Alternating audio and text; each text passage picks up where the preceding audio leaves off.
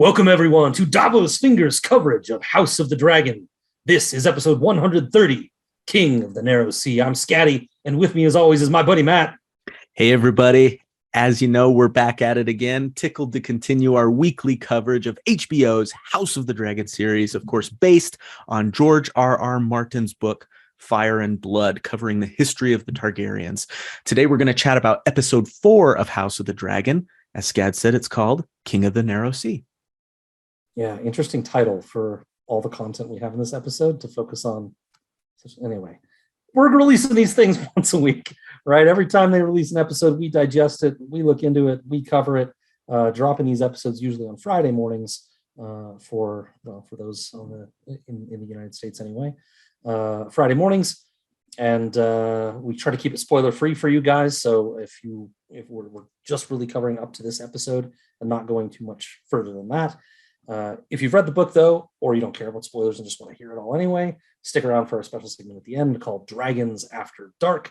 We'll talk book spoilers and predict what's coming in the next episode that is, at that point, just like 2 days away. So yeah, give it a listen. Yeah. I feel like we did really good at predicting things at the start, and now we're not doing quite so well with our predictions. We're getting some good ones in there, but less good. I'm going to make another prediction at the end of the episode that I've made the last 2 episodes. At some point it's going to happen. It's going to happen. It's going to happen. You can check out these weekly House of the Dragon episodes wherever you find your podcast. Well, most everywhere. You can also find them on our YouTube channel. I even put together a little playlist, so you can find that at our YouTube channel, that all the House of the Dragon episodes are just right there, all in a row. And you can find us to chat with us at wearedavosfingers@gmail.com. We got a lovely email from an old friend, Eric, today. Thank you, Eric. That really made my day, hearing from you again after a couple of years. You can find us on Twitter at Davos Fingers. We're on Facebook. You can leave us a comment on said YouTube page, and you can check out our Patreon at patreon.com/Davos Fingers. All right. So let's get into this thing. Before we do, just due to the content of episode 4, everybody, the topics that we might discuss tonight may come around to things like sexual violence and consent and things like that. So we'll make every effort to be really delicate in these conversations, but we'll also give fair warning before we do, so that you can disengage if that's best for you. Absolutely. Well, let's dive in. Let's do it. So this episode starts with an old guy prattling on and on at Rainier, offering his hand in marriage. Super interesting. Very interesting. Not interesting. At least his pitch. At least his pitch isn't very interesting. The scene is quite interesting, but you can tell. Well, the very first shot, I think, is Rainier kind of fiddling with her necklace, like she's not engaged in this. It's the Valerian steel necklace that Damon gave. Notably, her. yes. Damon gave that. Yep. She looks amazing in her dress. She looks fantastic. The guy who never paid attention to costumes in any show ever is all of a sudden, I just can't wait to see what the characters are wearing the next episode. And Rainier specifically too. I feel like they're really Allison had that cool red and black dress this week that was really cool, but I feel like they're killing it with Rainier. Yeah. And she was a little more revealing than she has been before. I guess it's probably because of the whole suitor situation, showing off some shoulder. She looked amazing, but then covers it up with a nice jacket in the next scene.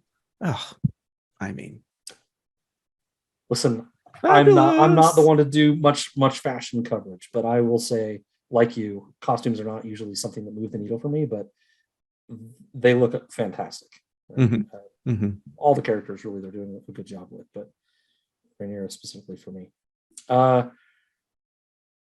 This Baratheon guy looks the part. I kind of like this Lord Baratheon. He looks Baratheon-y.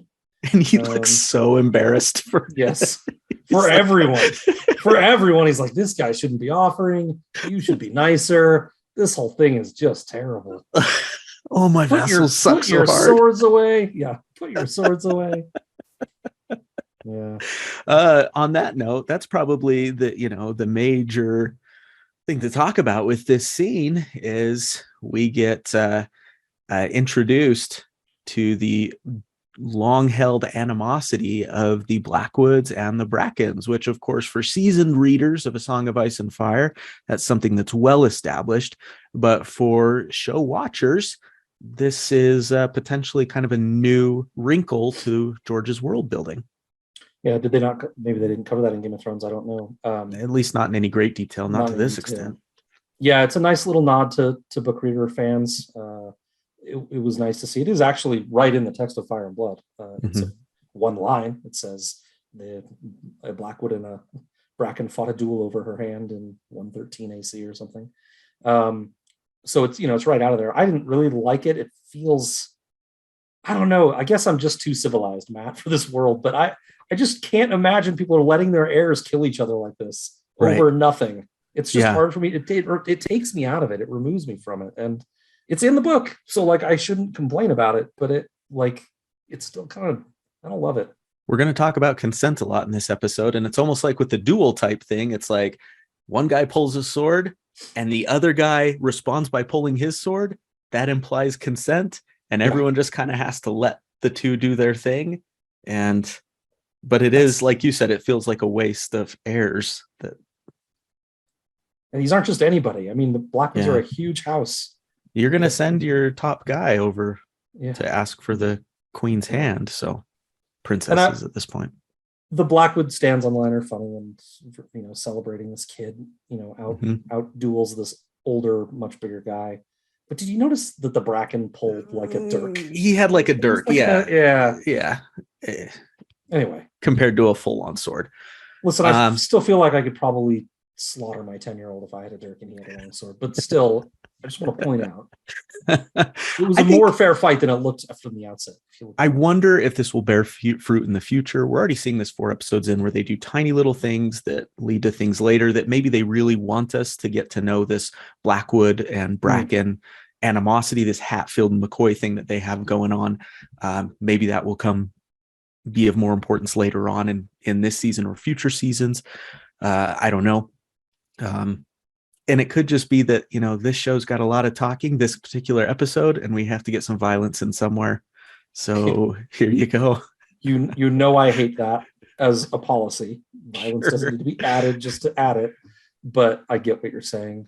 And this show's also thrown in a lot of different kind of societal things into it. We talked about the gold cloaks and King's Landing and things like that. And so this is another one of those we like to see the bullied guy win one every once in a while. And I don't like to see the bullied guy kill the other guy. But yes, in general. It would have been cool if we could have just embarrassed him or something, knocked his dagger out of his hand and had his sword up to his throat or something, Yeah. Anyway, it's cool. It's cool. The It other is. main thing about this scene really that we're supposed to take from it is just Rainier has had it up to here with this whole effort. She gets back on the boat and goes home. It is not supposed to be over. She's supposed to be continuing her tour to Bitterbridge, right? To continue seeing new people, making an offer for her hand. And she's just done with it. She leaves and gives up on it. I think when she was told that she was going to be able to pick her husband, she didn't imagine that it was going to come with these conditions of, this is how you're going to pick it, dear. I'm going to plan all these major events at the big houses, and you're going to have to sit through all of them. So this show has done a good job of kind of telling us how much time has passed between episodes usually. I didn't get that here. We can see that Allison is no longer pregnant. We see Helena, the new baby, looks, 6 months old. Been a while since I had a 6-month-old, but maybe that she's size. She's a chunky little monkey. You love it. She looks healthy. You love to see it. Yeah. I like to see it. Yeah. So maybe 6-ish, 7-ish months have passed. And she was pregnant at the time, so we could go up to a year. I think she was pretty pregnant though. She was. But I'd say 6 months to a year. 6 months somewhere in there. Yeah. So anyway, who cares about the exact number? But what I was really getting at is maybe this tour is you've been dragging your feet. You said you'd look. It is somewhat urgent that we find you a match. One that you like, fine, great. Let's go do that. But if she was dragging her feet, maybe they're well, maybe let's see if you can meet somebody if we send you out on the road to meet new people you haven't met before. give you some options, but it does feel, of course, forced, which is beside the point of what was promised. So.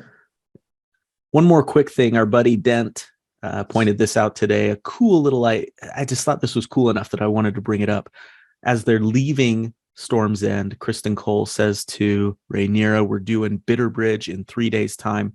Of course, Bitterbridge is where Catelyn Stark in the main series went, and that's when they had that whole Summer Nights speech and that experience that she had there. And we're kind of seeing that same thing happening here with the Summer Nights, thinking they're all cool and killing each other and stuff.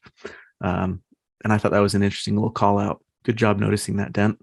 Yeah, the Knights of Summer. And they made a reference, I don't know if they called it that, but they made a similar reference in an earlier episode where they were saying, I think it was Rhaenys watching the tourney, episode 1, where she was just saying, these knights don't know how to fight. They've never been in battle. We've had 50 years of peace. Right. And that's, that kind of rearing its head again. Yeah. Good pickup, Dan. So then Damon returns. I love it that we see the next scene is Rhaenyra and Kristen and that whole party on their way back to King's Landing. It's not too far of a sea voyage, kind of just up the way a little bit. And Damon literally rocks the boat. Yeah, I thought that was weird. Good joke. Yeah. Well done, Dad. I'm a father. I thought that was weird. It's like, you can get the intimidation factor by just like swooping in real low. Like, it seems kind of dangerous to actually hit the boat, So Damon. It's very so Damon. Yeah. Then they all show up in the throne room. Interesting that Viserys isn't sitting on the throne, and we don't see him sit on the throne.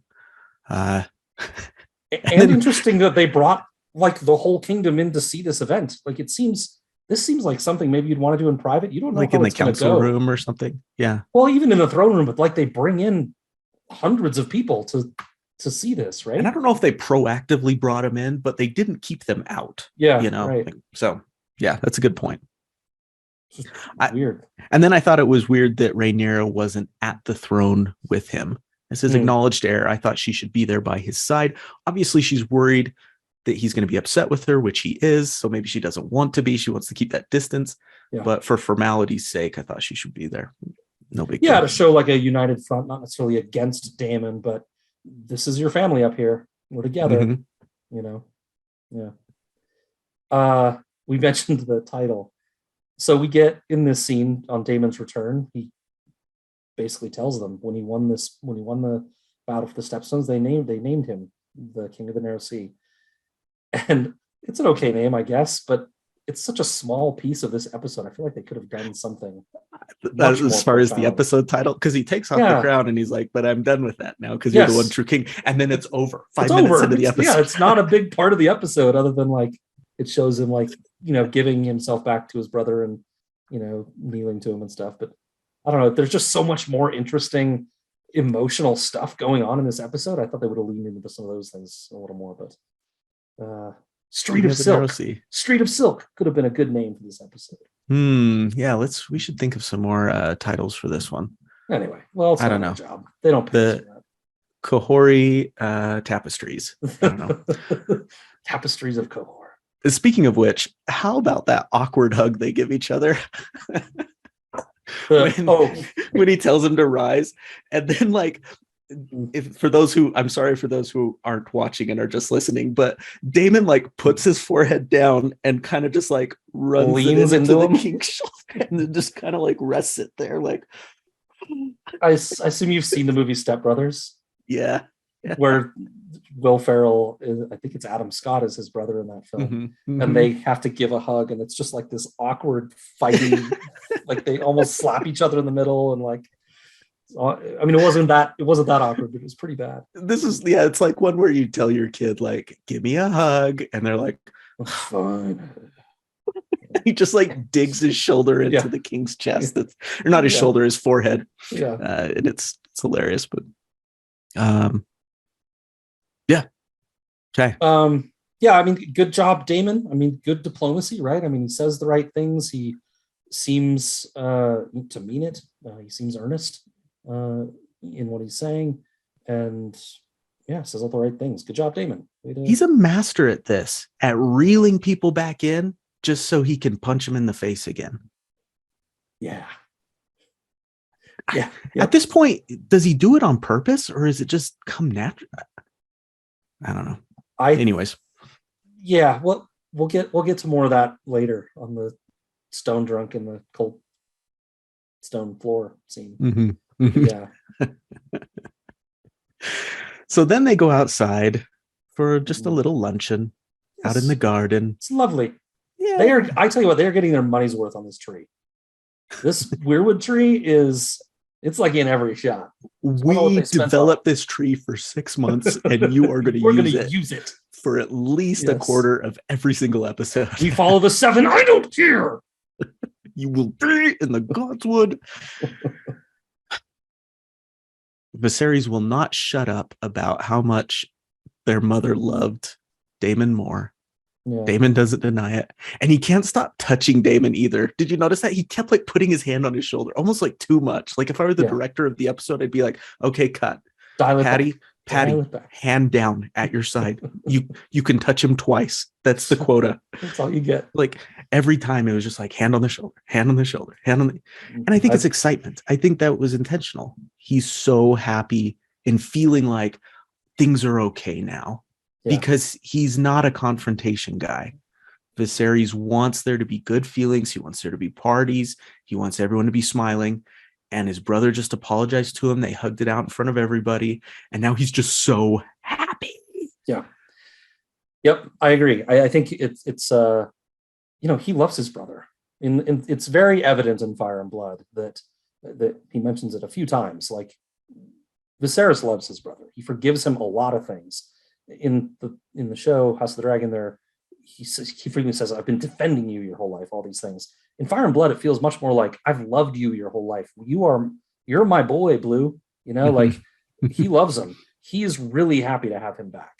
Forgiving him was, I think, an easy thing for him to do, right? And he wants to do it. Like you said, it removes a lot of the conflict, but also he just loves his brother. He really does, and for all his crap, that he puts them through. But I love the stuff about Alyssa, their father or their mother, their mom. Yeah, the little lore drops for those of us that know. It says in Fire and Blood, she herself claimed that she was as bawdy a wench as any barmaid in King's Landing. Yeah, Alyssa's great.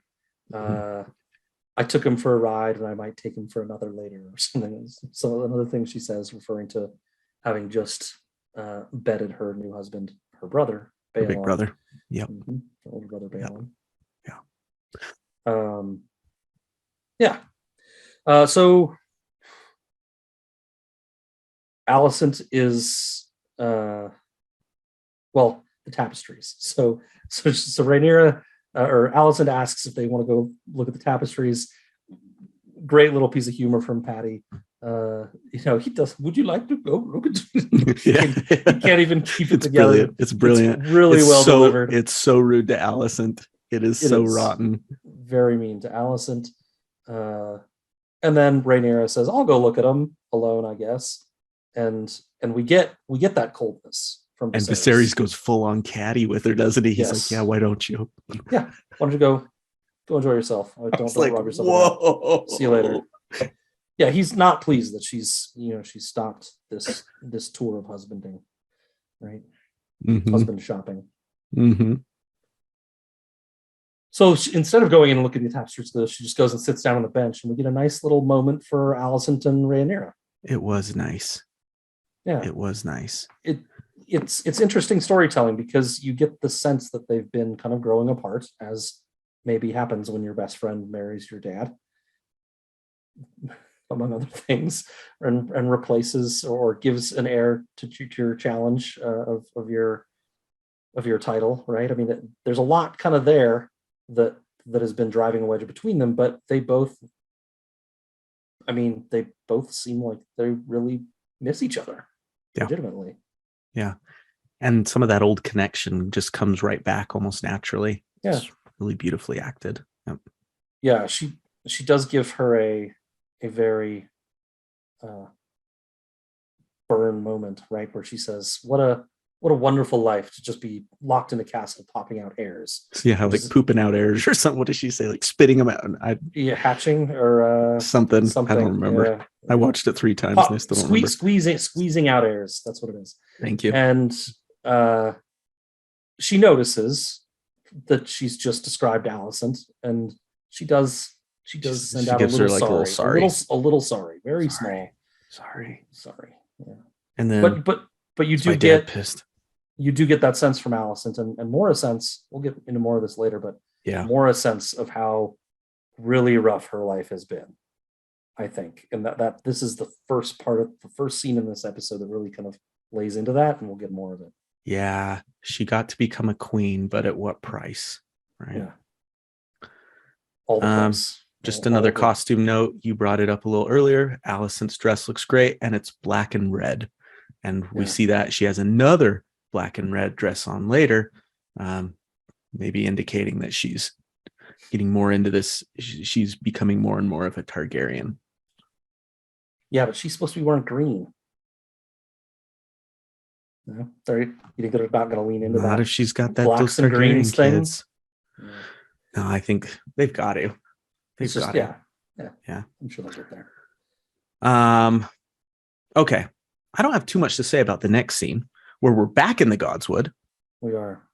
But this time, just down with 2 people. Yeah. So Rainier and Damon, and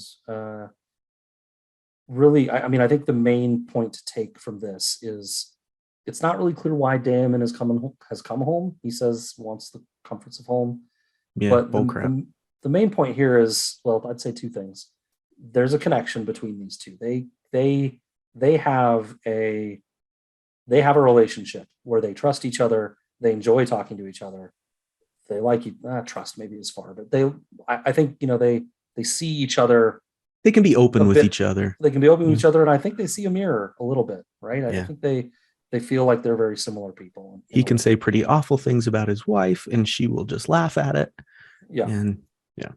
Because she also doesn't want the trappings of marriage. Okay. And that's then the other thing, the other main kind of thematic thing that we see in this scene is it's made very apparent that the differences between being a married man in Westeros and being a married woman in Westeros. Correct. Damon continues to lay into her about just get married. You can still do whatever the hell you want. Yeah. And she's like, planting that seed. Mm-hmm. You can. I can't do that. Right? Women don't get that level of power and control. When we're married, we're put in that tower, just like she just told Allison, right? Right. And, Damon saying, nah, that's not the way. She's like, it's different for women. And I think we're going to see that a lot in this episode where Correct. They're hitting us with a hammer about how terrible it is to be a woman in Westeros. And they're right. But they're driving this point in this episode to be very clear. Yeah. Correct. The minor note about the captions. They got to figure these captions out because I'm an old guy and I couldn't read. They're too small. Oh, when they're speaking Valerian, yeah, the font size and everything is tiny, quite different. And it's like this weird yellow that blends in sometimes to the scenery. You're right. And if they want to speak Valerian, fine. I could care less. I don't care about the Valerian crap. But I've got eyes like a hawk, so it didn't even affect me, man. Good for you. But, good for you. Well, let's look out for our visually challenged friends like Scad here and help them out a little bit. Just saying. Small note too before we move on. It's made note that Rainier's mother was made to make heirs until she died. She died in the birthing bed. She died trying to make heirs. That's also how Alyssa died. Damon's mom and Rainier's grandma. Yep. And it's a reasonably common theme in the Targaryen line. I think probably all the houses, all the people. It's reasonably common in this world, but they have that in common. And so for her to have that fear of, I don't want to just be laying in bed popping out airs, sentence. That's not just a idle, I'd rather have a freer life. It's I'd rather not die making babies for you over and over again. Yep. Good call out. Council meeting. This wouldn't be a House of the Dragons episode without a council meeting. And here we get a brief one. And first notice is that Rhaenyra is there. Yes. Not as seated. a cupbearer, Yeah. seated, taking part in the council. They bring up that he says we traded a crab feeder for a sea snake. Are we to understand that Corlys is now taxing the Stepstones sea lanes? They That's kind what of it sounds glossed like. over it because then they say, is this revenge for everything that's happened? Yeah. It's a little weird. Mm-hmm. Fire and Blood doesn't go this route at all. It doesn't. I don't feel like in Fire and Blood they play up this conflict with Corlys and Viserys at all. I didn't get the sense there was any conflict between Corlys and Viserys. He feels passed over. They right? talk about how like he didn't show up to the wedding. That's true. Viserys married Allison. Right. Yep, that's right. Yeah. So he feels spurned, right, for this, but he never takes it to like. I mean, this is treason, basically, right? I mean, that's if that's what they're saying. Yeah, that's the impression I get. Mm-hmm. Yeah, I mean, Damon has said it's a little contradictory because in the earlier scene, they say who controls the stepstones, and he says the crabs. Nobody. Like we just left dead bodies there. Nobody's in control. And then now we hear, oh no, Corlys actually is in control. It's like the same day. So we got a little bit of conflicting information. Yeah. Maybe he was saying that in public, but then the king's spies or he had people out there that reported back, no, Corlys's ships are completely camped out in the Stepstones. Yeah. And this is also where we get the note about the marriage pact, is it not? Yes. That Lyanna is potentially going to be betrothed to a prince of Bravos.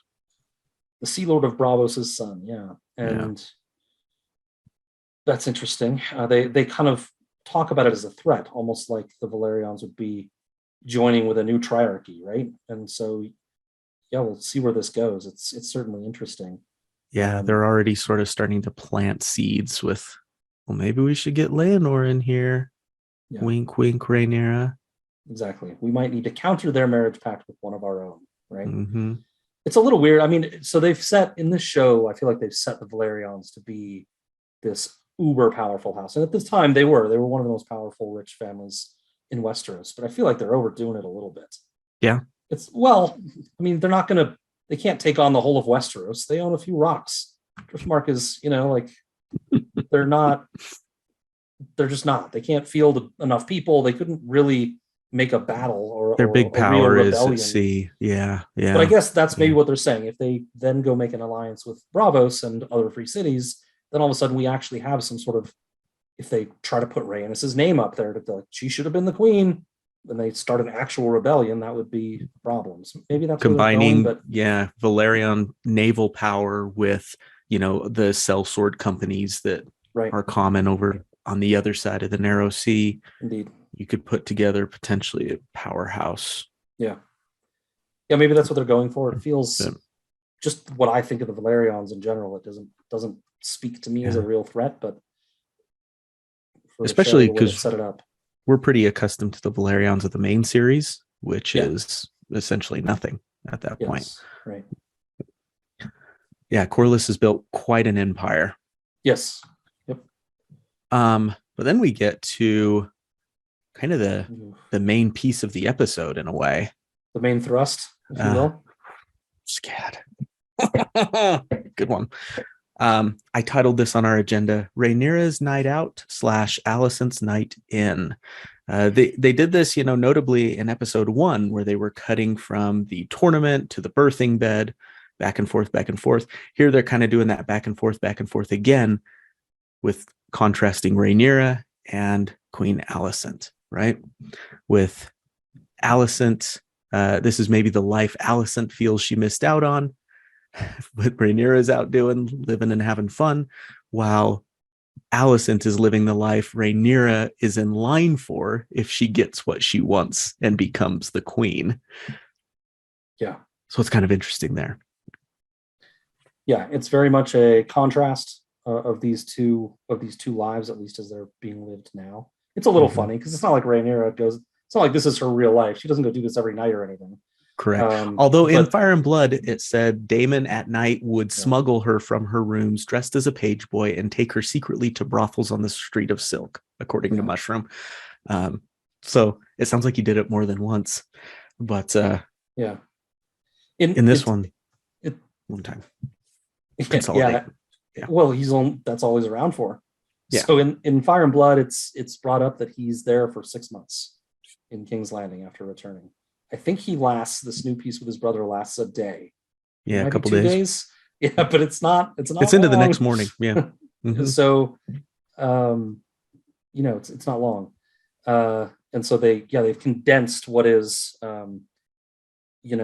months of Damon kind of Grooming. It's a word we'll use here. I think it's apt. I mean, she appears to be, interested in where he takes her through the night. And even in the end journey, she seems at first a little taken aback and a little shocked. And then she seems interested. But let's not forget that the power dynamic in play here is such that she is really being taken advantage of by an older man who she thinks highly of, that she thinks is a danger and kind of a, he's the fun uncle, if you want to look at it very simply. The funkle. He's for certain taking advantage of her. Yeah. He knows that too. And he knows knows how she feels about him. Yes. And knows how to use his charms, if you want to call them that, right, to get what he wants. And what he wants isn't even that. There's another element to this, that he doesn't really even want her, right? He wants power and the throne, and we see that in this scene. I don't know, we kind of skipped the whole rest of the city scene here and jumped to the let's talk about it. But go for it. Yeah, while you're on it, go ahead, go for it. Which back what he wants. Well, I think we get, so I didn't notice it the first time, but what we get in the pleasure house is him. They're going. It looks like they're about to have sex. It looked like he wanted to. It looked like he was going to. And then I didn't catch it the first time, Matt. I didn't get what was happening. I was like, he just chose to stop because he realized it was wrong, or he realized he didn't want it. Right. But the second time watching and watching the inside the episode thing, they say that he actually couldn't perform, right? And again. We saw that with Mysaria in an earlier episode. And there is a brilliant music cue that happens. It's like a record scratch. But with a movie score. Yes. I was cackling the second time when I heard it. I was just cackling. Yeah. But I think you see that, maybe what he's after is power, and this not actually that interested in Rainier, or has conflicting feelings about actually doing it. It is his niece. He does feel familial feelings for her, right? He doesn't want probably to wreck her or make her feel hurt or get hurt. Probably, I imagine those things are inside of him. So, he maybe has some dissonance about it, right? But also, I think what he really wants is power, and he's using his influence over her to create this situation and paint her in a bad light. 100%. And listeners, this is where we could get into some stuff that may be uncomfortable for some of you. And at that point, he makes it all about himself, and he abandons her in a place where he had brought her. He abandons her, makes it all about him. He can't perform. I mean, dude, if you're really into Rainier and you can't perform, freaking get down on your knees and give her a good time, at least, that's one way to do it. And would be more in line with some of the things they talk about in Fire and Blood. Sure, that's true. That's true. He taught her arts like that, right? In one of the stories. Mm-hmm. So while that's happening, we also have the Allison scenes, right? And we see Allison, taking care of a crying babe. She looks kind of, I don't know, she looked great, but she looked kind of tired. It was late at night. She's dealing with a screaming baby. She then goes and takes care of her husband, who's in a bath and seems to be molting as far as I can tell. Oh yeah, the wounds look almost like look bed bad. sores, but are they Yeah. are they from the throne, do you think? I don't know. There was something on Twitter I saw earlier tonight that the actor has confirmed that it's actually leprosy. But Oh, I'm not going to pretend to be an expert on leprosy, man. interesting. But I didn't think leprosy looked like that. Yeah. But you did notice, however, that he has two Yeah. fingers missing. Yeah. And I think that might go back to the last episode. But Yes. he's got two fingers missing, and you can kind of almost see kind of like some rot there. Yes. It looks pretty gross. Yeah. But yeah. And so she takes care of him in the tub, and then she finally gets done with her like duties, the things she has to do, that she's in this role that she's been forced into, and she finally gets to sleep and then is made to perform more duties. And right. And we get in this sex scene. I mean, it's a very uncomfortable scene. She does not want to be there. She is putting up with this because she has to. It is, I mean, it's not comfortable to watch, frankly. And it's an indication that Allison has no power here to say no, no real agency in this relationship. You and I had talked last episode about how their relationship seems kind of okay. It seems like a they respect each partnership. other. It's warm. It's a partnership. Yeah. I'm not sure. Maybe not romantic, but yeah, exactly. Not romantic, but maybe they found kind of a comfort zone where they get along well, and maybe they sleep in different beds or, whatever. But like, it seemed like it was kind of working. I feel like I have to walk that way back. And then this, like, seeing this makes me think none of that. The whole thing is just her putting up with what she has to all the time, and she's just exhausted by it, right? Yeah, more on that when we get to their conversation later on in the episode, at least from me. Sure. But I want to come at it from that context. But I thought the same thing. Like, I almost wanted to post the GIF of Homer Simpson walking back into the into the hedge, of in reference to what we'd said about Alicent and Viserys in last week's episode. I still don't walk that back completely, and again, we'll talk more about that later. But yeah, it's devastating to watch. Like I said, I watched the episode 3 times, and on second and third watch, there's that scene. It shows her lying in bed. The lady comes in and wakes her up, and I'm just like, oh, I don't want to watch this. Like, I'm almost tempted just to skip past it because it's so devastating to watch. It is, and meant to be. I think. I mean, I think we're meant to see the evidence here of what Rainier and she were talking about on the bench, right? That you're trapped in this life in which you have no control, and to also show, like you said, the contrast of, Rainier's night out, right, of freedom and control. And Damon even just calls it, sex can be fun for everybody, and men and women both are out there having a good time with sex, right, and in the pleasure house. And it's a pleasure, you see, both for the woman and the man. And it's interesting, right after he says that, it cuts to Alicent's face in bed, and just that look on her face, which is anything but pleasure. Yeah. The opposite, actually. Viserys, old Viserys. Going back to that bath scene, there's like, at the beginning of the bath scene, he's being washed by like a handmaid or something. She's washing the wounds, right? And he gives Alicent like the tiniest of looks, like and it's not like an order to jump in and take over. It's more like a plea almost. He's kind of looks at her like, me, will you do it? Will you do it? Because you do it right. And Alicent notices, and being the good wife, she jumps in and takes over. And he's like, oh, it feels better. Like, he does, he likes that about her, but it's very much about him. It's about him. Will you clean my gross wounds? And then I'm joking about that part. The next, the scene in bed is not one to joke about. I mean, I think we can look at them somewhat similarly, though, right? I mean, they're both things she'd rather not do, and she feels she must. She can't tell him no. Power imbalance, right? We're going to be talking about that. Targaryens get what they want, man. Yeah. back to the city stuff for a minute. Yes. We glossed over all the city stuff. We glossed over all the city stuff. First of all, cool little throne room entrance, or sorry, Rainier's bedroom entrance, the secret entrance. Yeah. Takes her down through the Valerian skull, which is a little weird. There must be some other secret door there that pops open from that I think side. like every secret door passes through the Valerian room. Like Arya ends up there. Yeah. It's like the lobby of the secret passages.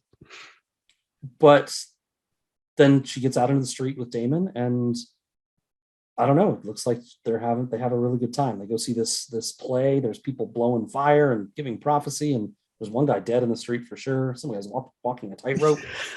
It's a little wilder and drunker than I always imagined King's Landing. Her eyes like light up too. Like brilliant acting by Millie. She just like, you can just see how excited she is. And so we then get this little play, right? And it's basically just, I think the main purpose, I suppose, is to let us see Millie's, Rainier's reaction to the fact that the public don't want her. It's very clear that the commoners don't think she should be the ruler. There's three choices. There's the brother, as the guy on stage says, there's the brother, there's the daughter, and there's the new princeling babe. And they don't want Rainier. And point B of that scene, I guess, is she doesn't care. Right. And maybe foreshadowing there, without spoiling, I won't say anything else, but she doesn't really care what they think. And Damon tells her she should. Yeah. Also, something that's not talked about a lot in this episode is in Fire and Blood, Damon spends a lot of time among the small folk. It's kind of hinted at maybe in that first episode, but Fire and Blood really emphasizes how much time he spends in the bars and the brothels and all of those places, kind of keeping his finger on the pulse of the residents of King's Landing. So, yeah, it's not something I've ever thought of, because I just based on Damon's other bad qualities, of which I think there are many. I'm not going to hide that, but I've never really given him as a ruler much thought. But he does relate to the population, right? I mean, he gets out there and parties with them and kind of understands them better. Yeah. He seems to have a good well, Stepstones didn't show it, but he seems to have a good rapport with his men and his troops. I think he's likable to them. I wonder if he'd have been as terrible a ruler as I think he would. He does have that maybe going for him, understanding the people. Yeah. He'd still be bad though, right? He'd still be bad. Yeah. He's way too much of a loose cannon. Yeah. And a number of other things that are concerning. Well, should we get to Rainier and Kristenskad? Do we have to? We don't have to. We kind of do. We have to. This one to me is uncomfortable, and I think not having a woman on the cast maybe hurts a little bit. And obviously I'm interested in what people think about these thoughts, and certainly we've read quite a bit in the fandom over the last few days, probably too, about different people's takes on this. But this is an interesting scene. Maester Mary from the Learned Hands podcast had a really, you should go seek them out and follow them if you aren't. And I'll butcher it, so I don't want to try too hard, really. But it just about how this is a difficult scene to process and deal with. Mm-hmm. But that's what makes it good. That's what makes it interesting to watch, and that's why we should be watching things like it, because it does make us think about these things, right? And so, does anybody care about a 43-year-old white guy's opinion of what this really looks like? I don't know. I don't want to use too many labels in this conversation. I'm 37. Yeah, I'm not old. I'm 37. So to me, there is, like we've talked about in the Allison relationship, as well as the Damon and Rainier grooming one and the pleasure house, there are power dynamics at play in here, right? And when I first saw it, I was like, well, he can't. When I first saw it, I was like, he can't say no. And then I was like, he doesn't want to say no. Not really. Looks like he's really enjoying this. And then I watched it a second time, and I just tried to really look at what he does, right? Not what he says necessarily, or even how he's, I don't know, the physical actions he takes. And these are the things he does. I made bullets, his demeanor and everything. His demeanor, yeah. So, yep. So she grabs his helmet, and he comes in after her. She takes his helmet. He's immediately has a serious look on his face about the helmet. Like he doesn't smile. Don't touch my gear. Like he doesn't give her any like, that's funny, but like, we play these games all the time. I'm ready for it. Okay. He doesn't give her any sort of encouragement about this. Now, let's remember that she is likely drunk, right? And absolutely. She mentions that she went to a lot of different wine sinks. Right. And also, frankly, just had a bit of sexual awakening, right? And big time. And I don't want to take that away. Like I imagine that for female viewers of this series and female consumers of these books, it is liberating to see a woman have some sexual agency and do these things, right? And so I don't want to undercut that, right? I don't. And so she's going for it. She's had a little awakening. She really likes this guy. You can tell near from moment one that she kind of was attracted to him and interested in him, I think. But he's not into it. Okay, so back to the actions. Okay, he immediately has a serious look. He's not into it. He's not encouraging her at all. She again kind of takes the helmet, kind of teasing him with it, and he sighs at her. He literally he goes, and he goes to leave, right? And he's like, he gives her a look that's like, "Are you finished?" There's no smile. It's like, "Are we done with this yet?" And then yes, he literally tries. He's like, "Okay, fine, keep the helmet. I don't need it." He literally tries to leave. He literally tries to walk out the door, and she gets in the way. Now, could he have physically moved her to the side if he really wanted to go? Yes, he doesn't do that. But he also he doesn't smile. He doesn't give in. He doesn't, make this a cat and mouse thing. He takes a step back when she blocks us. He just takes a step back, just looks at her, takes a step back. Okay, then Smart. She does the helmet thing again. Okay, he comes in to grab it, and she just kisses him without invitation, just kisses him, right? She then starts to, start taking off her, untying part of her top. And he tells her to stop, literally tells her to stop. Now, this is not our world, right? I know it's not our world. But when we're talking about character choices and someone says stop, for our fandom, that's usually a pretty magical word about consent.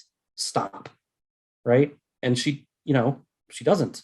He is a deer in the headlights in this scene. He doesn't want it. He feels powerless to stop it. He's not engaging with her. He's not even looking at her.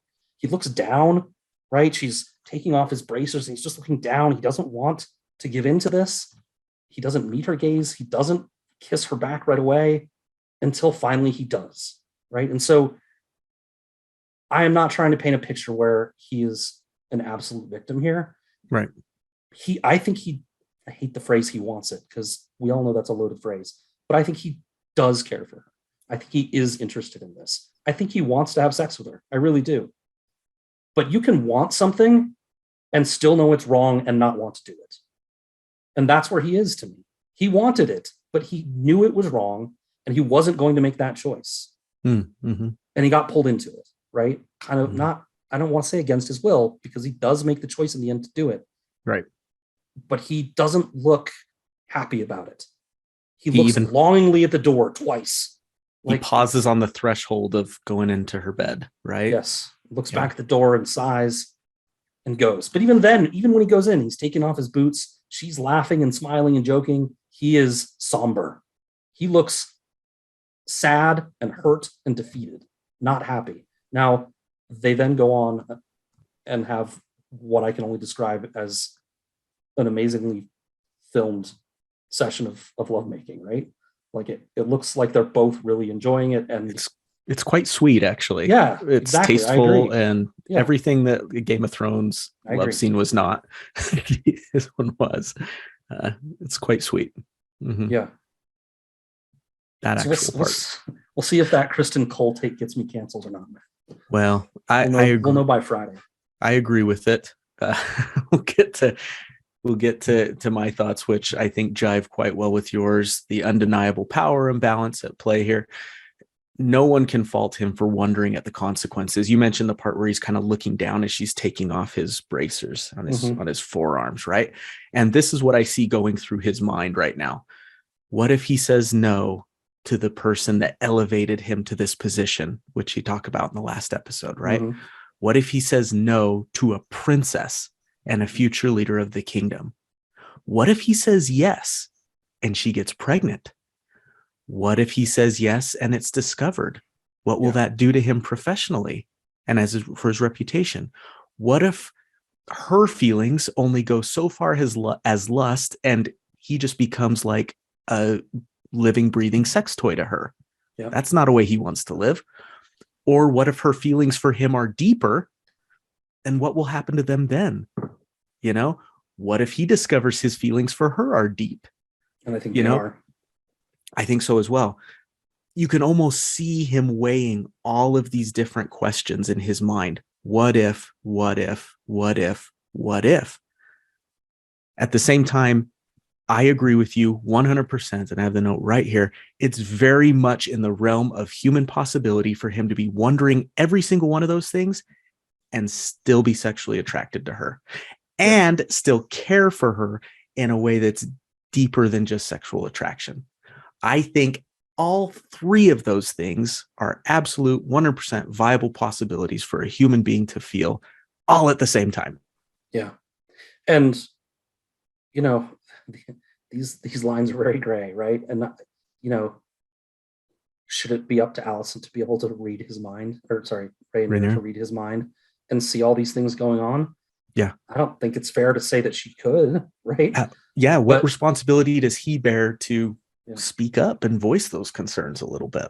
Yeah. I mean, he said stop, but he didn't, you know, I hate equivocating. I hate equivocating about it, because if the roles were reversed and the power play was in the different direction, we would be saying she said stop. Yep. That's enough. Absolutely. Right? And so, but again, I know this is a young girl who's been sexually awakened. She has a connection with this guy. I think she really does care for him. I think he cares for her too. And she's going for it. And it's in this series where we never get to see women in control of this.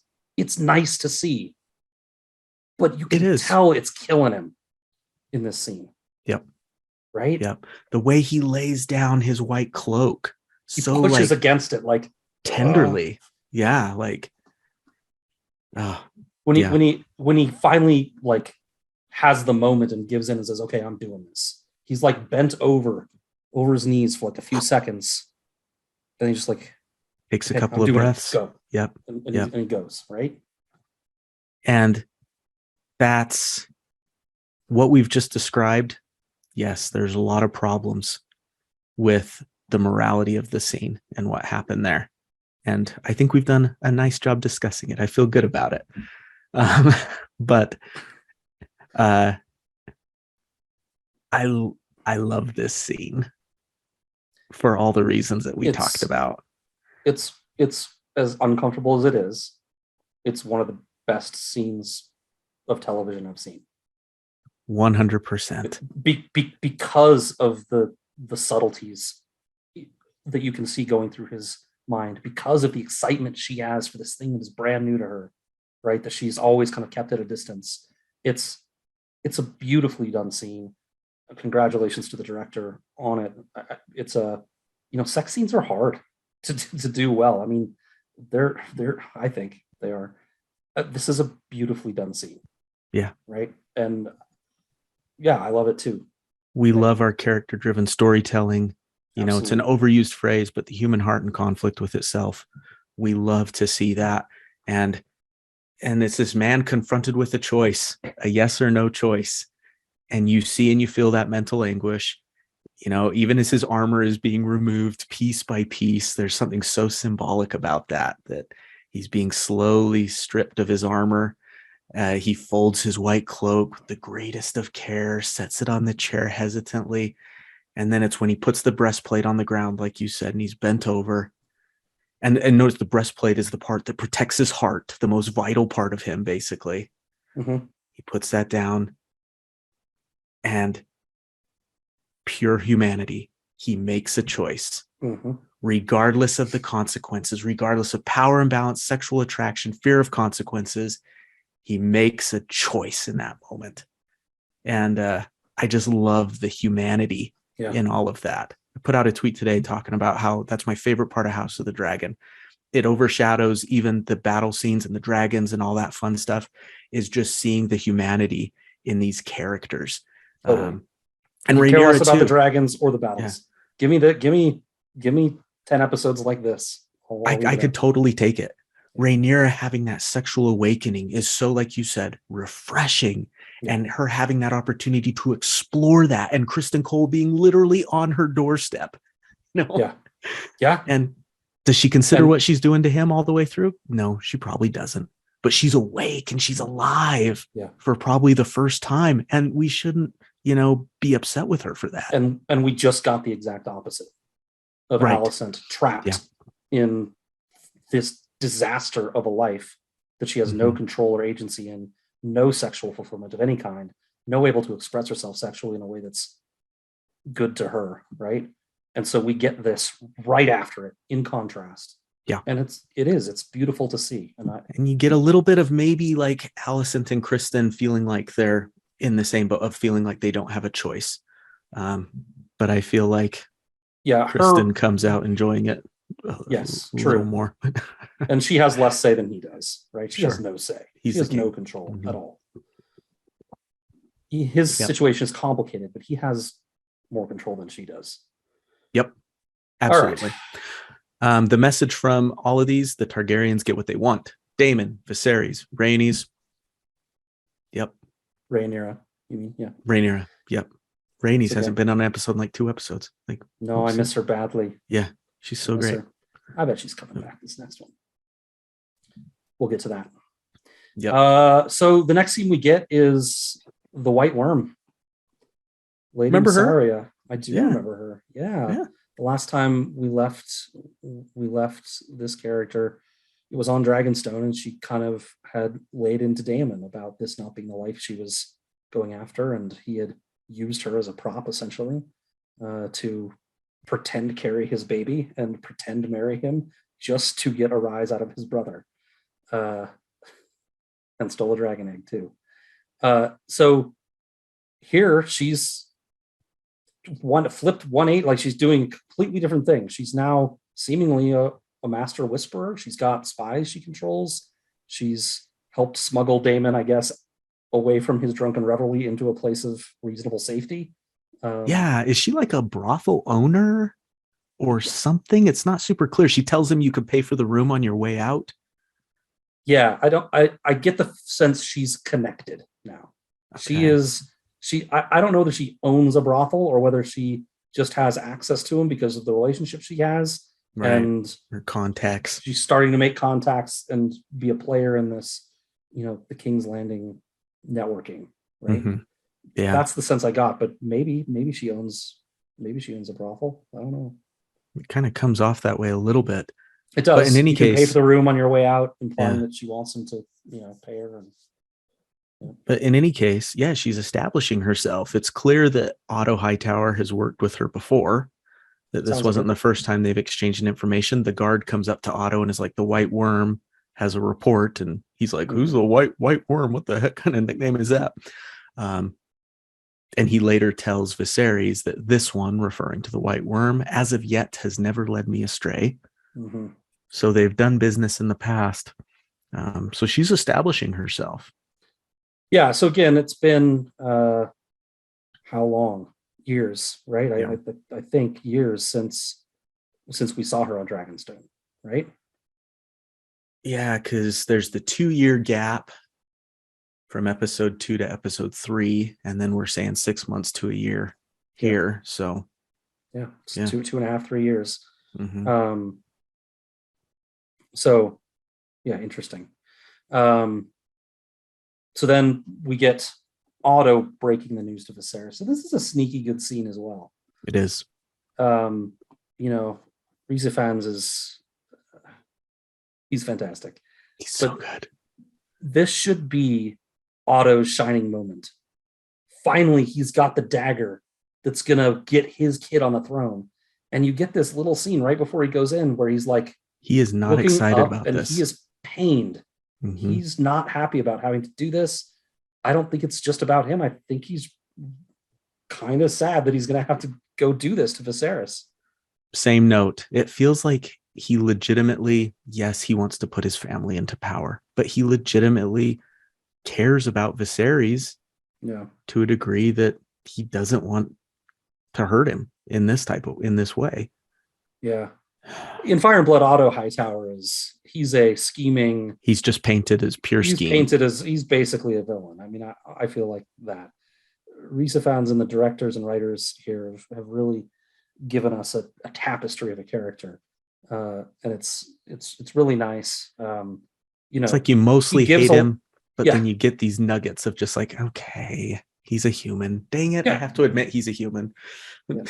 He's terrible. Remember, he's the one orchestrating all the Allison's terrible life that we just weighed in on. He orchestrated the whole thing, right? So like, he's bad. Yeah, I get that he's bad, but also like, there are moments of brilliance in him. There are moments where he's giving good advice for the realm and for everyone else. There are moments of softness to him. He's still a monster. But he's still a monster. But he says to Viserys, it's no easy thing to tell a father of his daughter's exploits. Yes. Dude, you encouraged your daughter. Yeah. Not just encouraged, basically forced your daughter to carry out her own exploits, buddy. Yeah. So shut up. So good job from him. My favorite part about this scene is actually Patty is Viserys, though. Yeah. The way he responds to Otto's accusations at first. What of it? She was in a brothel. So what? What of it? I don't care. I kind of love that. It was just immediate. It was like, I don't care. What behaviors? Like, you got to tell me specifically, right? Yeah. I will take out their eyes. Like, he doesn't believe it at all. Like, he's maybe he's just doesn't want to deal with the conflict if it's true, but he seems really high on Rainier and trusting her and giving her feels like he's trying to give her some latitude, at least with the way he was responding. I'm not sure there's anything behind it, though. Right? Correct. Yeah. Would he really follow through with all that?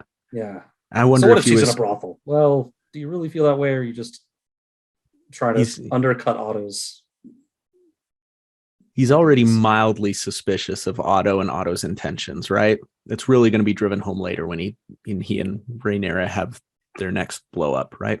But I think he's just pragmatic about it. He says to Rainier later, right? Everyone's self-interested. That's every person in the world is self-interested. Yeah. Right. So I wonder if he was like trying to push to make sure that Otto wasn't just telling him another story about Rainier to try to discredit her. Oh, she was in a brothel? Where? Who was she with? Who told you this? Like da. Try to see how much he can dig to see how detailed Otto got in fabricating this story to try to discredit his daughter. Yeah, that's a good point. In any case, like you said, brilliantly acted. Why do you think Allison is so hurt by this? Like, it affects her pretty deeply, this news. Yeah. So I think that becomes maybe a little bit more clear in the scene with she and Rainier again at the Werewood Tree. But I think maybe it's more in this scene shock that she's done this. Maybe a little bit of jealousy about the freedom that she was able to have that Allison doesn't get any of. She doesn't have a sniff of it. Right.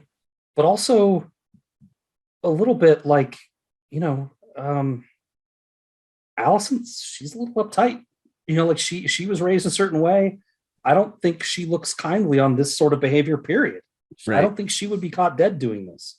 Right. Yep. Even if her history and all the stuff with Viserys didn't happen, I don't think this is the way she would be. And so she looks at almost like as if your best friend in the world had done something that you thought was really out of character for them, and that it reflects badly on you too.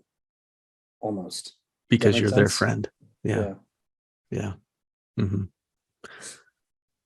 Well, Does that segue into our next scene, or did you have anything else on I this? don't think I have anything else on this one. Okay. Just the segue of the two scenes is Kristen Cole coming to Rainiera's chamber to tell her that the queen wants to talk to her. Rainiera it's cute. Like, she's so Twitter-pated by him. She's like, come in. And she has like the sweetest little smile on her face and everything. And he is the exact opposite. He looks ashamed. Yep. He looks awkward. He looks like he doesn't want to be in the room. I imagine he'll get through and over that. And we'll talk about that in the Dragons After Dark. But yeah, he doesn't look comfortable at all. Yeah. I wonder if he's a little bit afraid that like their secrets coming out. Like, the queen wants to talk to Rainiera. There's probably whispering going around of Rainiera was caught out last night. Da, da, da. And I wonder if there's a little bit of he's seeing ghosts in every corner now, Yeah, that's possible. I didn't think about that part. I just thought it was like the interpersonal relationship between them. But the shame, though, I think that's a good way to describe it. That's what it looks like on his face, anyways. Yeah. But then we do get Allison and Rainiera in the Godswood, and Allison takes Rainiera to task, doesn't she? Yeah, she goes right for it. Drops an F-bomb, Allison. Yeah, at least she was just using it in its traditional sense as a verb, though, if I remember right. Sure. Yep. So we see this here. Like, I think it does feel a little bit like jealousy, not that she wants to be with Damon, or even that she wants maybe to be with Rainiera, but more just that Rainiera had the freedom to go do this. And she doesn't have any of that. Right. Good point. But she goes right into it. And the reason she gives is like, we've been trying hard to make you a match, and this is how you treat us. It's also a reasonable reason to have. I don't think it's the real one for her. Yeah. Right. Yeah. It's a great surface level reason. It's valid. Yeah. You mentioned how a big theme of this episode is the power imbalance between men and women, at least in terms of sex, in some ways. Allison says if that lord, meaning a lord that she may have become betrothed to, Rainiera, had known you'd been sullied, it would have ruined everything, right? Perpetuating that prevailing notion about sex and how it influences the perception on women in Westeros. Again, going back to the point Rainiera makes, that if a guy would have been doing this out on the street of silk, like Prince Viserys and Prince Damon back in their day, as we'll get to in the next scene, no big deal. But Rainiera, it would ruin everything. Which is interesting to hear Allison say that, right? Because, and again, book Allison and House of the Dragon Allison they're pretty different, I think. And at least from what we've seen so far. And in the books, she's pretty much, as soon as her child is born, she's Team Aegon on the throne, right? She's pushing for that, just like Otto is. And here she says, and it seems like she means it, everything would be ruined, like that they've been working toward almost together or something. She's rooting for Rainier. She wants Rainier to rule, right? And we got little hints of that in the last scene, in the last episode too, when Otto asks her to go push on for Aegon, and she doesn't do it. She just ignores the advice or the request. And so it's interesting because you do get the sense that she's really rooting for Rainier, and maybe she really does just feel betrayed by the fact that they're trying to be so careful and help her get to a place of support where she has heirs and she has a support network, and this is what she goes and does. So irresponsible, and fantastic acting on the word sullied. She could barely get it out. It was amazing. Yeah. Good call out. Couple of quick costume call outs. Another red and black gown for Allison. And Rainiera is no longer wearing the Valerian steel necklace that she had been wearing previously. She's now back to wearing a gold necklace. I wonder why. So Rainiera immediately, upon hearing these accusations, I wonder why. You don't wonder why. You know why. Upon hearing these accusations, she immediately goes into victim mode, right? How dare you? accuse me said of this that? thing. Who said that? That's You treason. would trust them? Those are Sounds lies. like her It's dad. treason to yeah. It's a very, very, it's an astounding job of acting by the character acting, right? Her level of innocence, clutching pearls, like me. And here comes the Rainier we love to hate. Swears on her mother's life. She swears on her mother's life that this did not happen. Yeah. That he didn't touch her. That Damon didn't touch her. He And- touched her. Maybe not with his pecker, but he touched her. And I don't care that she's lying, really. Right? Sure. It's just the anybody probably in that position would. I mean, what are you gonna do? Confess and ruin everything, like Allison said? Probably not. So, I don't care that she's lying necessarily, but the level of me is astounding. Yeah. And the ability to call upon your mother, who we know is a really hard thing for her. Yeah. Like, She's whoa, using Rainier. that to seal the Whoa. deal. Yeah. Whoa. And it really does seem like it's the thing that seals the deal for Allison. She's like, oh, okay. If she's gonna bring up Emma, then yeah. She immediately goes from, I'm not sure whether I believe you, to, well, you were still stupid to put yourself in that situation. Right. Right. That reminded me of Sunday school growing up. You shouldn't even put yourself in a situation where those types of temptations can come about. Mm-hmm. There's truth to it, but anyways.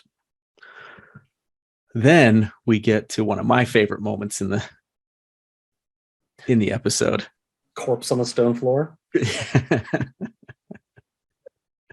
Viserys confronting Damon in the throne room. So Damon enters back into the Red Keep. He's immediately taken into custody by the White Cloaks, taken to the throne room.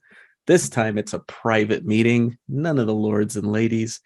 And the dragon finally kind of awakes within Viserys, doesn't it?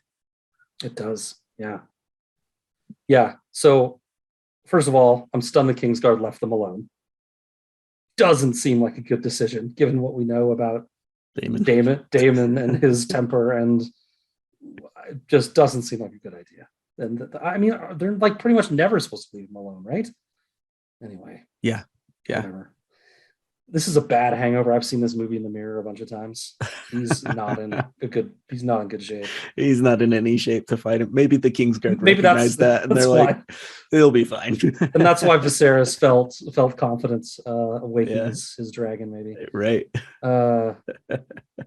Your heart is even blacker than I thought, he says to him. Mm-hmm. And yeah, he's not pleased. I mean, so do you think is it the fact that it was Rainier? Is it the fact that he's after the throne still, that he realizes? What is it, do you think, that is angering him the most? I think it's Rainier, definitely. And it's that just, as far as we know, the previous day, maybe 2 days ago, but I think the previous day, they just had this glorious reconciliation where everything was back to normal again. I have, and then this. Damon made it one fucking day. Like, he made it. That's what I'm asking. Like, before really blowing this relationship. Does he even know he's doing this at this point, or is it? Does it just come so naturally to him? Yeah, it's almost all you need to know about him, to be honest. It really is. He couldn't get along with his family for a day. Mm-hmm. I mean, that's not true. There's crappy families out there. I don't want to say if you can't get along with your family, you're a bad person. Of course, there's crappy families. But when you look around and everyone else is being nice, maybe you're the crappy family. Maybe you need to look at you. Yeah. This was great. These are the types of moments that I love House of the Dragon for.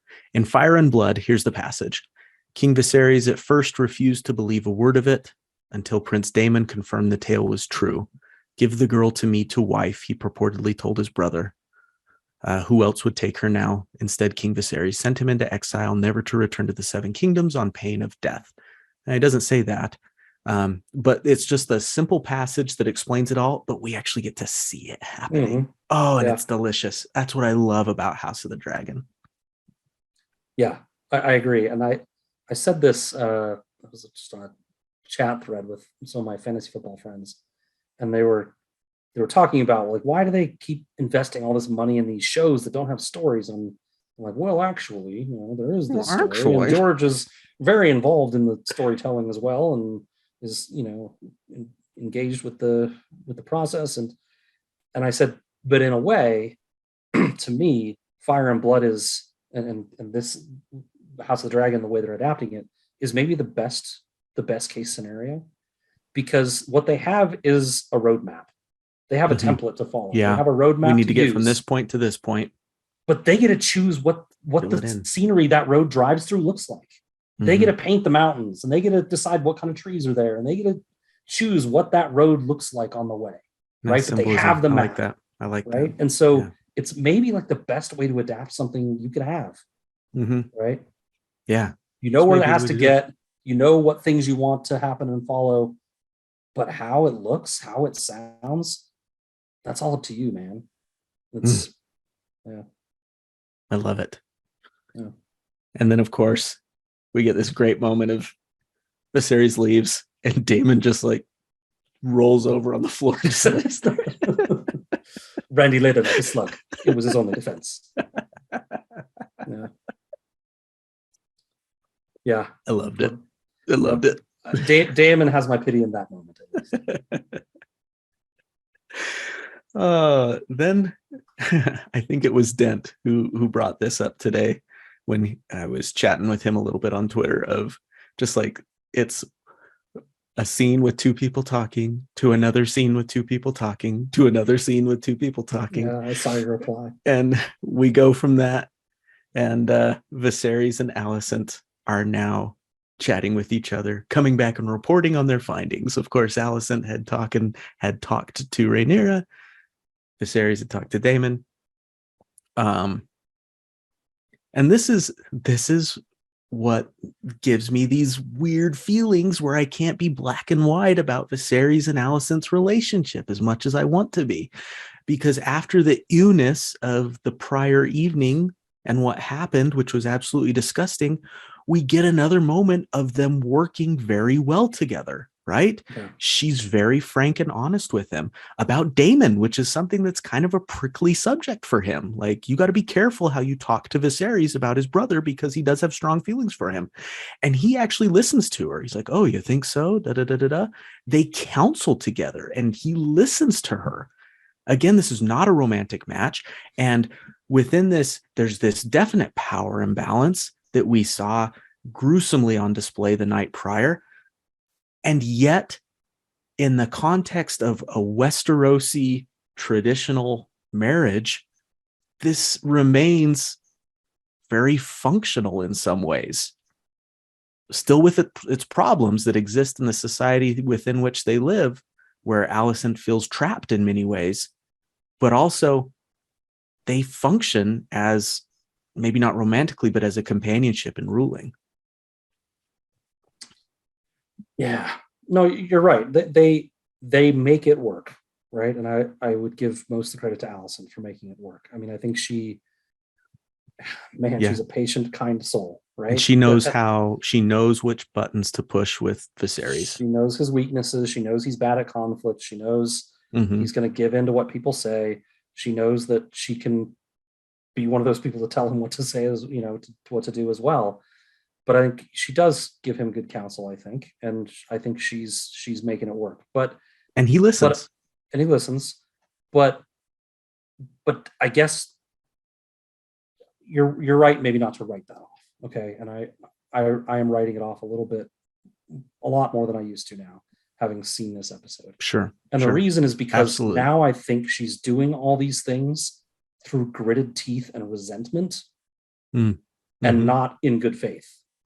And I'm not blaming her for doing not in good faith, but just like her goal isn't to create a beautiful relationship. Her goal is to grin and get through it until it's over. Right? That's how I look at this now. And does it work? Is it functional? Is it successful? Yeah, I think it's more successful than Viserys was without her, for sure. Absolutely. But I think I don't view it as much as a partnership now, as much as I just got to grit my teeth and get through this until he dies. Yep. You are 100% correct about this episode illuminating so much about Allison's state of mind. A part of me feels like she's very much in her element being a queen. And it feels like she is good at that. Yeah. And this Allison, let her rule, man. Like, right. Fire and Blood Allison, I'm not so sure, but this Allison, you're right. I think she'd be great. I wouldn't go so far as to say she enjoys it, but it's within her wheelhouse. And it's almost like, I hate this aspect of it. I feel trapped, but this part of it, I like. And so it's complicated. It's really complicated. And it really takes understanding human emotions of, that's, almost like this is being way too crass with it, and not crass, but not giving the emotional credit that's due. But it's kind of like those situations where you work for a company and you really like the job you're doing, but you hate the people you work with. Or like you can kind of have these conflicting emotions about one thing, right? Yeah. And I feel that from Allison. Yeah, perhaps a better episode title would have been "It's Complicated" or "Conflicting Emotions," right? Power imbalance. Because power imbalance, another one. Man. Anything else for this section here? A tiny little passage in Fire and Blood. Others assert that it was Queen Alicent's urging that Viserys sent Damon away. So they like give us a little nod to it there, where she gives him some hard truth about Viserys, and you see him going, yeah, you're right. Yeah. Or Damon, sorry. She says something like, how often does he tell the whole truth? Right. Right. Yeah. And I think that hits home with Viserys. It's like, even when he's not lying, he's not still really playing being honest. some game. Yeah. Yeah. He's giving you what he wants to give you. Mm-hmm. I like that. So now we get Rainier learning about Aegon the First, not Aegon A little more, the Second, yeah. not little Aegon, Mm-hmm. And her future husband in the next scene. We're back in Viserys's room with his giant model of Valyria. Another scene with two people talking in a room. And again with the fucking dagger. Matt, this dagger just won't go away. I'm going to ask you to stab me with it before we're done seeing it. I'm telling you. I hate this thing.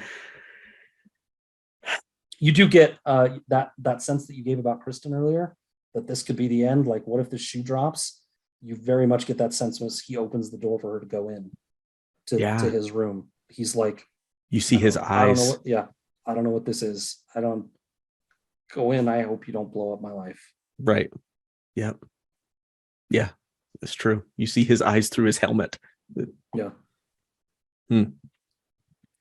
But yeah, they go back to this idea of the prince that was promised and how the responsibility that Viserys has placed upon Rhaenyra, he says it's larger than the throne, the king, and you and your desires. Yes. Which is interesting to me because it seems like this is a pretty big responsibility. And what has Viserys done about it? He throws a mean garden party. Yeah. So is he approaching this from like a purely birth perspective? Like, if I can get the prince that was promised born, or at least get kids who can maybe have the prince that was promised, I've done my job and that's good. I've checked my box as the king. Because other than that, you're not taking your own advice super seriously, your highness, your grace. Well, I think that's part of what he was talking about with Emma in the first episode, right? Yes. I need to produce this prince. At some point he gave up on that. And he realized it wasn't going to be his prince.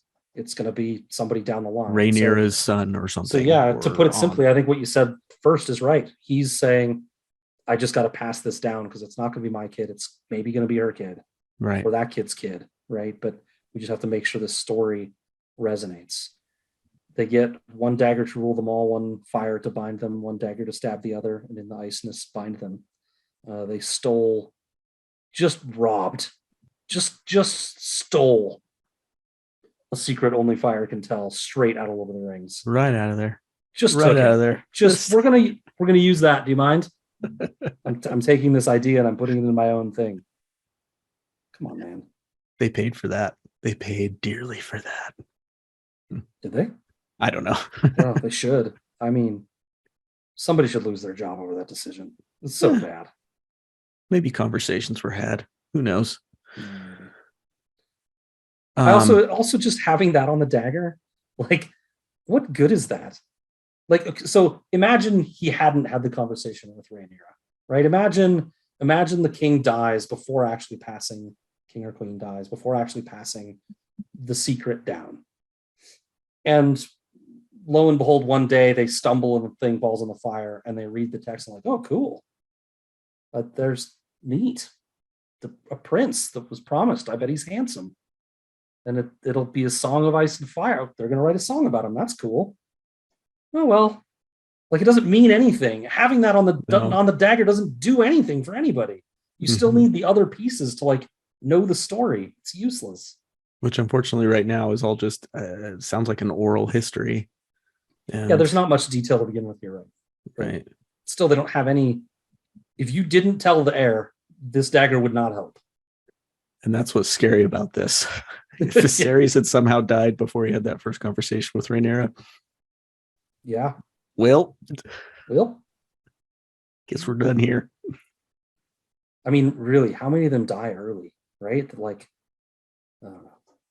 Yeah, it's very. What's sad is it seems like the guys do okay. Yeah, they usually live longer. Right? Yeah, fortunately. There's some great moments here. You are my political headache. Yeah, made me laugh. It's a banger line for sure. This whole situation sucks for Rainier. Okay, so she's told at the end of the last episode, one episode, 6 to 12 months ago, make your own. Pick who you want. Pick who you want, right? And now all of a sudden, because she didn't find anyone, she's a political headache. Like, okay, that's not really very fair, is it? Right now, she took some actions that were maybe, I guess, ill-advised, that make her character not look good according to from a PR perspective. According to the patriarchal society that they're in, that we all disagree with, this looks bad for what she's done, right? Yeah. And so maybe it kind of breaks the camel's back a little bit, but yeah, he says the truth doesn't matter, only perception, right? Yes, right. Yeah. Yeah, which is true. Maybe Allison convinced him, maybe, right? Mm-hmm. But like it didn't happen.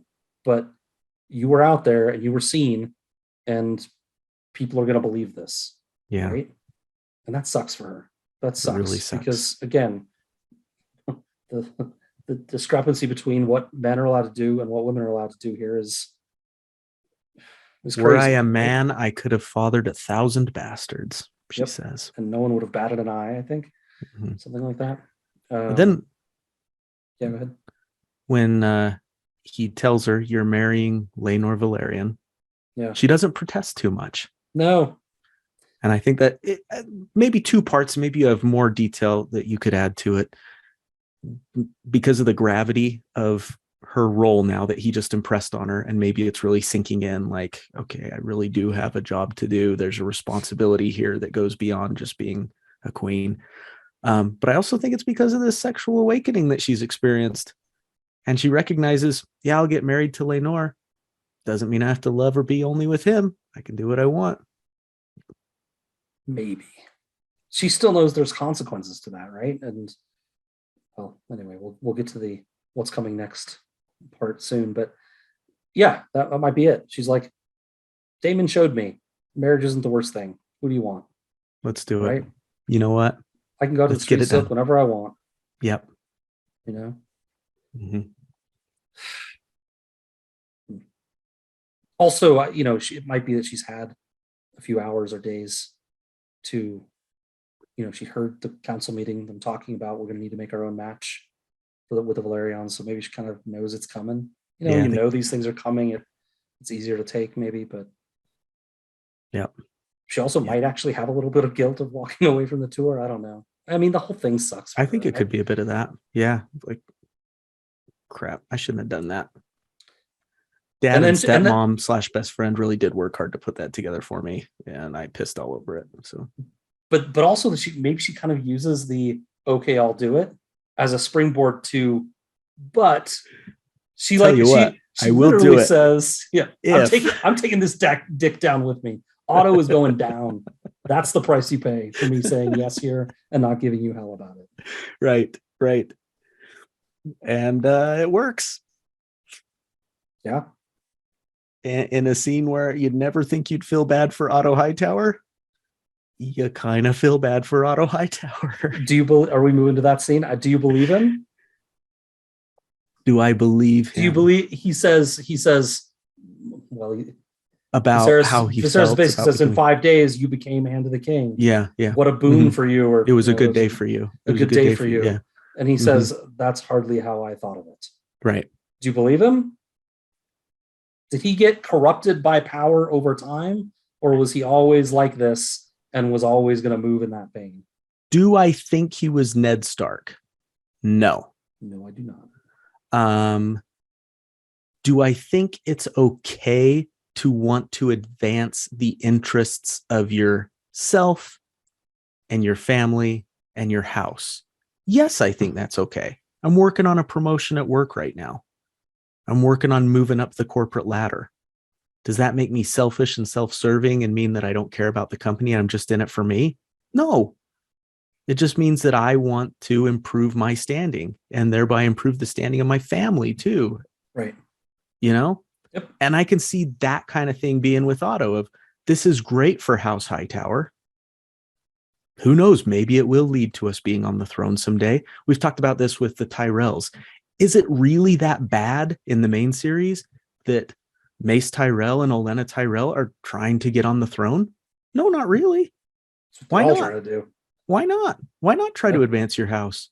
Is it conniving to want to enter into a legitimate marriage with the king's progeny and get yourself on the throne? No.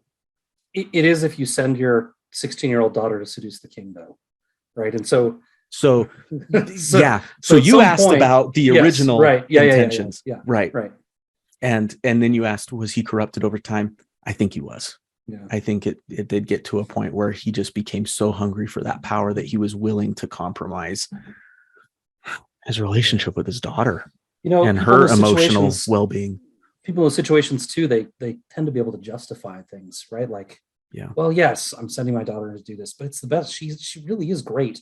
She's gonna help him feel better, right? It's the best thing for him anyway, and it's the best thing for me, right? They kind of, people in these spots, they tend to justify these kinds of things anyway. Yeah. And make it seem like it's the best for me, but it's also the best for everyone. It's because House Hightower is awesome. Obviously. Right? Obviously. Obvi. As the Chillins are saying. As the Chills say, yep. Viserys, I think, for a guy that doesn't like conflict, I thought he handled the firing kind of well. Like, he admitted, like, you taught me how to be a king. We owe you a debt that we really can't repay. But I'm letting you go. And he gives him a sincere reason why. I don't feel like I can trust you anymore. I'm sorry. Well, I don't know how much this plays into it, but Viserys is just having a pretty fucking bad day. Yeah. Right? So it starts with hearing that his daughter has all this behavior that he doesn't approve of, that maybe his brother has seduced his daughter and corrupted her and made him fall in love with her, maybe, whatever, right? That's how he starts his day, hearing this, right, in the early morning hours from Otto. Then he gets to talk to his brother about it, and his brother basically confirms and kind of says this whole thing was a ploy for me to get the throne. He kind of basically lays that out. Doesn't, yeah. Marry her to me. That's all. That's the only choice you have now, man. Got you, right? So he loses his brother. He's got his daughter's reputation. He's got this whole Corlys situation going on. Then his daughter, who, he's tried to impress upon her the importance of this thing, has agreed to this wedding, but she says, nah, you also got to now go fire your best friend or your best counselor or whatever, right? So he's having a pretty bad fucking day. Yeah. Right. So I think you said he handles the conflict well. I think he's just a volcano at this point. Like he's just spewing now. Yeah. Yep. But he does, I wonder, do hands get like a pension or anything? Or does he just get to like go home at this point? Because that sucks. Like that he has to go home. He does say some nice things that it's just like you poured all these years into serving the realm, pack your things and go back to the high tower, and face your brother, who's probably going to be pretty pissed at you. Well, the High Towers are like the second or third richest family in the kingdom, so they probably don't need the pension part of it. But you're right that it does feel very much just kind of like he says some nice things to him. You taught me how to be the king, all these things, and what do you got to show for it now? Yeah, that kind of sucks. I wonder how long did it take for you to choose yourself over your king? Which reminded me of that's the question that you asked. Yeah. Tell me, friend, when did Saruman the Wise abandon reason for madness? Reason for madness. We talk about The Office a lot in these House of the Dragon episodes. Reminded me of the scene where Michael has to fire somebody by the end of the day. Do you remember that one? And like he's just like wandering around the office. He puts it off all day, and then he finally decides on Creed, but then Creed convinces him not to, so he fires the other guy, Devin, I think it is, and Devin knows that he just tried to fire Creed and that he's just doing it for appearances at that point. Like you said, Michael Scott's the worst human on this planet. I hate him. But Viserys, he's very clear. He lays it right out. You're done. Boom. Yeah. Although he doesn't actually. He doesn't. Well, he doesn't actually say like you're fired, get out. He just like takes the pen. He's like, I think that's pretty clear. Yeah, but like he still didn't like. Yeah. He doesn't give them the official HR spiel and have him sign a form or something. He'll figure it out. We're gonna move you down to storage room B. Right. Then you wonder, does he have to go back to the High Tower? Can he remain in King's Landing? Just live there? I don't know. We'll get to our predictions section in a little bit. Yeah. We have one more little scene. Go ahead. One tiny little scene. You asked if maybe Viserys believes Alicent this about Rhaenyra's infidelity or not. This maybe shows that he didn't. Yeah. Has moon tea delivered to her. To me, that's almost kind of tacit approval that Rhaenyra can continue this exploration that she's on. So that's what I wondered. So as long as she takes the proper precautions. That's what I wondered. If it was more of a, not an olive branch, but more of a like, oh, by the way, this exists. And I'm sending this to you so you know it exists. If things happen. Yep. Right. I don't know if approval is the right word, but it's like, oh, by the way, if that happens, this is the path we're taking. Right. And Rhaenyra might see that as a little bit of freedom. A green light. Yeah. Yep. Yeah. Also, Mello sucks. He's so gross. I'm just gonna bring it up every time he's on screen. Just he talks and it just like grates on you. He just like gives you the willies, like you just start shaking. Yeah. It's just gross. Well, so I just, we're talking pretty lightly about something as serious as abortion, but realistically, she probably doesn't take it, right? Good question. Or does she? So Viserys might believe Alicent, and Alicent might believe Rainier that it didn't happen. But we all saw that beautiful scene with Kristen Cole and know it happened. So does she take it? And maybe this goes into Dragons After Dark a little bit. But she's just staring at it at the end of the episode. Do you get the impression she takes it?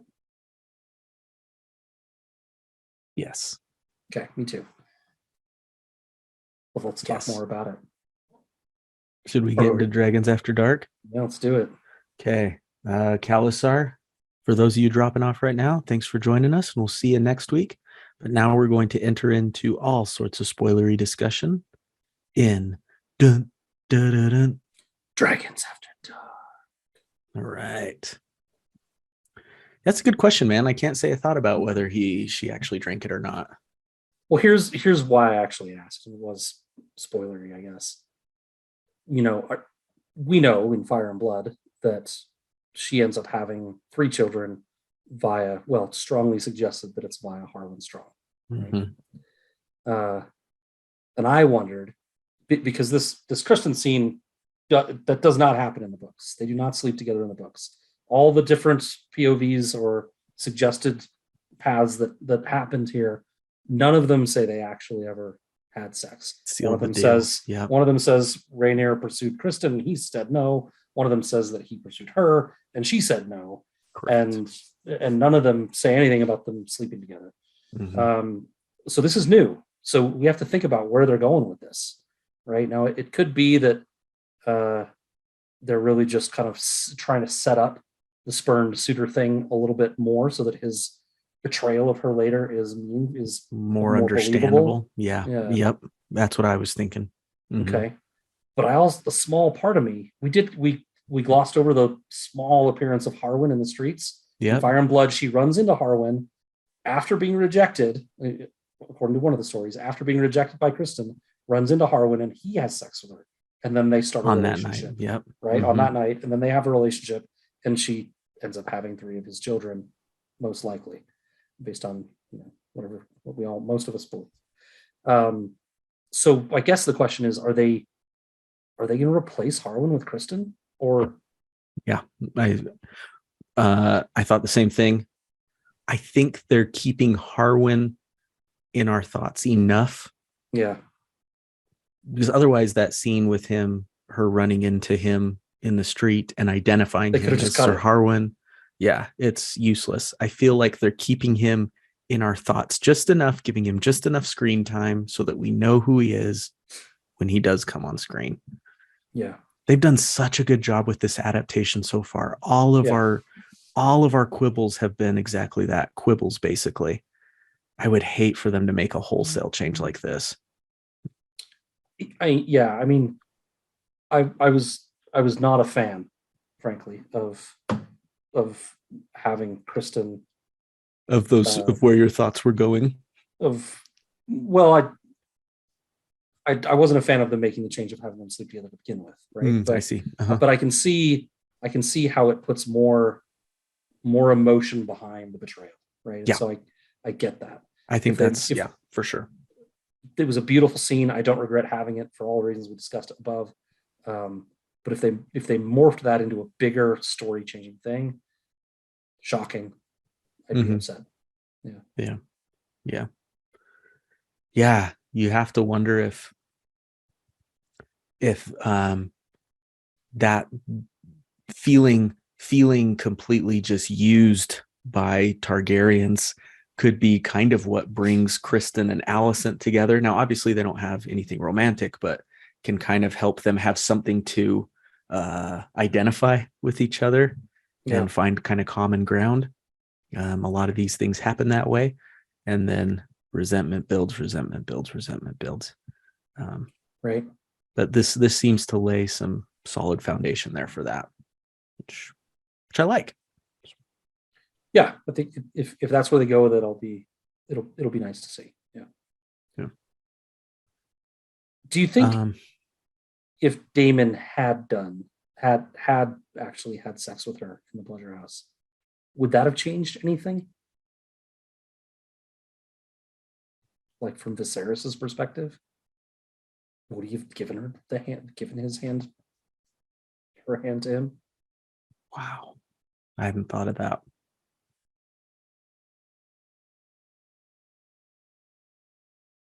I think he maybe would have eventually, but not at first.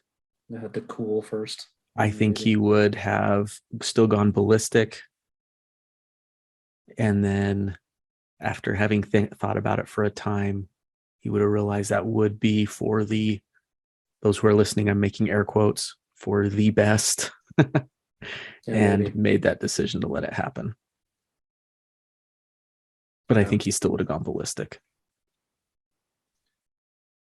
What else you got? Spoilery. What about you, though? I want to hear what you think Oh, on that. I don't know. I think he'd have given him the Moon Tea and got his brother out of there. Yeah. I don't think it changes it really. Yeah. Especially if it got couched the same way where he realized he wasn't even really in love with Rhaenyra, that he just really just after the throne. I think he would have made the same choice, I guess. Right. Definitely see that happening too.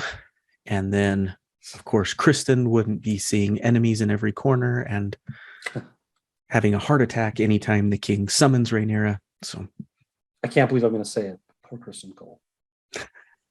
the show's doing a great job of helping us say that.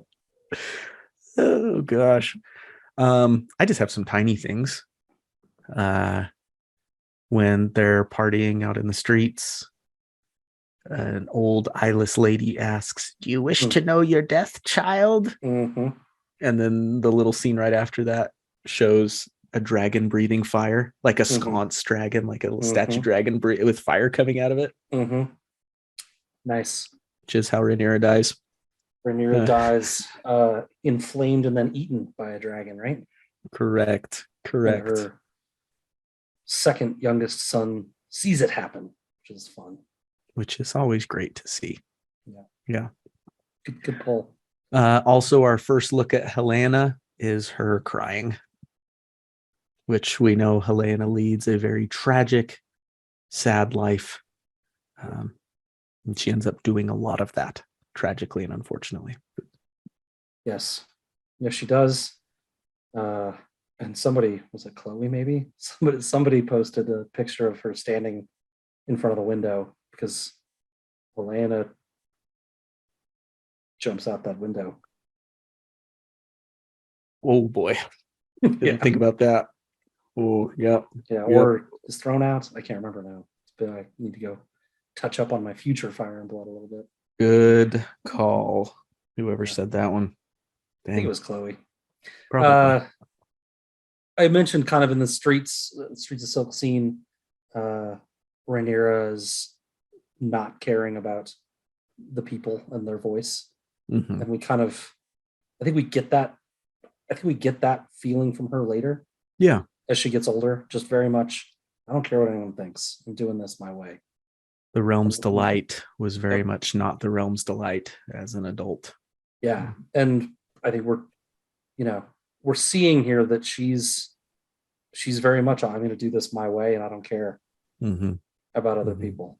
I think we're starting to see that come out and we're going to see it more. Yeah. What do you think we might see in episode 5? Yeah. Sorry, I might have moved through that too quickly. Do you have anything else for Dragons After Dark? Well, it's really just a small thing, again, comparing back to Fire and Blood a little bit. This is one of the more confusing parts of Fire and Blood because we get the differing narrators telling different versions of the story and trying to piece together who said what, and Mushroom and Eustace and Runciter and general understanding of the population. We have all these different ideas of putting this thread together.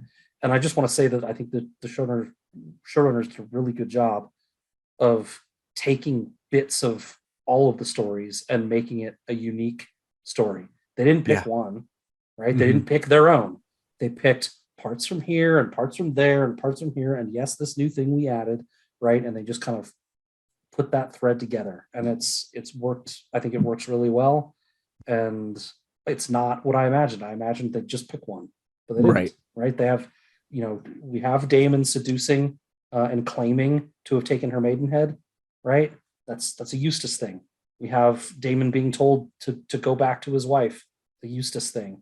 We have Rhaenyra wanting Cole. That's a Mushroom thing. Mushroom. We have the Street of Silk stuff. It's very abbreviated. You're right. As you mentioned, that happens over months in the book, but that's a Mushroom thing too, that Damon would take her out in the Streets of Silk and show her all these things. We have Damon saying that she needed to give Rainier to him as his wife, a mushroom thing. Also mushroom. Yep. So we get pieces from the different stories, and they're just kind of welded together. And it kind of made me think, like, yeah, usually like nobody's story is the right version. It's a combination of different perspectives and stories to get to like the real truth, right? It's kind Totally. of, Yeah. Yep. that's it. That's all I had. Love it. Love it. Next episode, it looks like we might have a wedding. Yes. Do you think we'll Definitely. get the actress switchover or actor switchover, like mid-episode or anything like that? Or do you think we get one more full episode with Millie and is it Emily? Is that the gal who plays Allison? It's Emily Carey? Emily Carey, yeah. Emily Yeah. Carey. Mhm. Yeah. Part of it is just my own. I don't want to see them switch in the middle. Mhm. I feel like it'd be weird storytelling to all of a sudden jump in the middle of an Be episode, like 6 ahead, years forward, later or whatever. and then you got different actors doing the parts. Feels like there should be a mid-season tie-up of these storylines, right? And then the next episode starts with that jump, right? Which this would However be it, many right? years. Episode 5. Yes. So Mhm. I think we'll get one more episode with the younger actors, and then it will change. But I'm not married to it. If Right. you know, that's what I'd prefer to see. It's what I think will happen, but I don't know. Right. Think we might see Damon start to court Lena Valerian? Yeah, maybe. Maybe at the wedding? I wonder if it'll happen with the actor switch, right? So Age her up. Yeah. age her up. You know, Damon's got to. I don't know Because- what they're going to do with Damon. To be honest, I mean, does the Stepstone thing heat back up again? I don't know. Is there At this point, would Lena be like 15-ish? Yeah. Something like that. Yeah. So, Yeah, I think so. So mhm. I tend to think maybe that'll be the following episode. Maybe they talk or something, but Right. courting maybe not for a little bit. Okay. I do think for the third episode running, I'll predict that Lyanna is going to find Vagar. Maybe that's something that they use with the courting, that Damon knows Yeah. where Vagar is and shows her, and then she claims him, and he's like, "Now this is a girl I can get behind, not in a sexual way. this is a partnership, an arrangement, a relationship I could get behind, right? Right. If he sees her mount Vagar, Mhm. right? I like might be that. interesting. Yeah. Yeah. We need a new Hand of the King, so we could see Lionel assume that position. I imagine we will next episode. That feels like a Feels like- softball prediction. That's an easy one.